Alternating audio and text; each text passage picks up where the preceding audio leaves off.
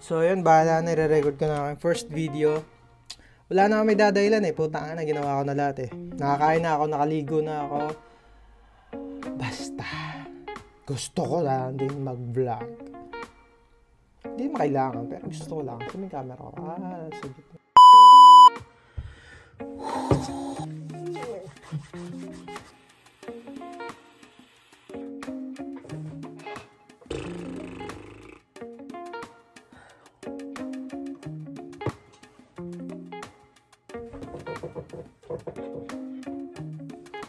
Woo! Woo! So yun na nga. Hindi ko kasi nang dudukotin yung confidence ko. Tapos na mahirap pala mag-vlog. Akala ko madali lang.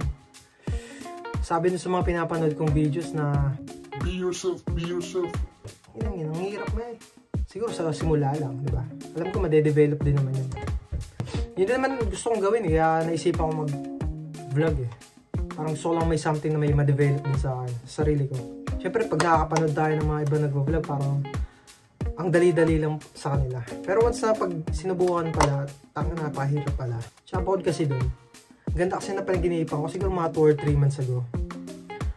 Sabi nyo sa panaginip ko na, basta parang pumunta lang kami sa mall. Pumunta ako sa mall kasama yung pamilya ko, tapos siguro sa may bandang gitna ng mall. Ang daming taong nagpapapicture sa amin nun. Kaya sobrang, sarap sa paramdam ah. Parang okay yung ganong feeling ah.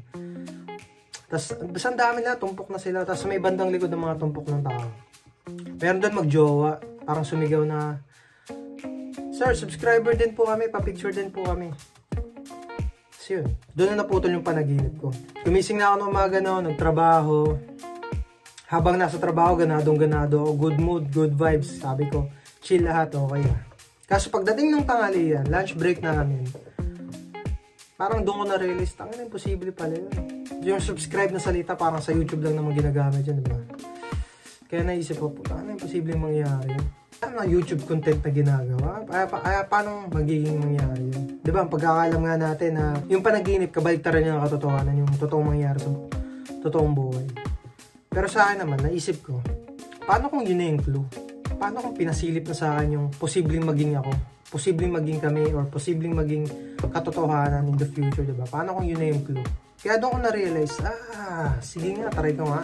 Sige, subukan ko karirin nga itong pag-YouTube. Kaya bandang mga first week ng December siguro, nagsubok ko mag-record nun. Talagang record lang, trip lang. Kasi kung ano lang pinagsasabi ko kasi wala naman akong topic, wala pa akong naisip eh. Basta trip ko lang, gusto ko lang panoorin sarili ko, gusto ko makita yung sarili ko na nagsasalita sa harapan ng camera. Doon ko na-realize na sobrang corny, sobrang baduy, sobrang awkward. Kaya sa tingin ko, parang hindi yata para sa akin to. Sa kabilang banda nun, parang challenge din eh, no? Parang pag nagawa ko siguro makapag-record ng maraming videos, parang goods din. Naalala ko pa nung siguro pang third time ko mag-record para sa first video. Nakapag-record ako ng mga 3 minutes na video, tapos, or 3 or 5 minutes, mga ganun. Nagsasalita lang ako ng tuloy-tuloy. Kinagabi nag-usap kami ng wife ko, tapos umabot yata ang mga alas 12 na dapat tulog na ako ng mga ganung oras. Yun, nakakatuwa lang kasi kahit siya din, napansin niya na ang haba ng chika namin nang hindi kami nag-aaway. Nakakapanibago kaya yun. Tapos yun, kaya mga sumunod na araw, nagsubok muna ako, mag-research muna ako. Kung paano ba mag-vlog, ano bang magandang diskarte sa pag-vlog, anong gagawin ba dapat. Karamihan na napapanood ko, sinasabi lang naman nila na be yourself, di ba? Tapos parang hindi yun yung gusto kong marinig eh.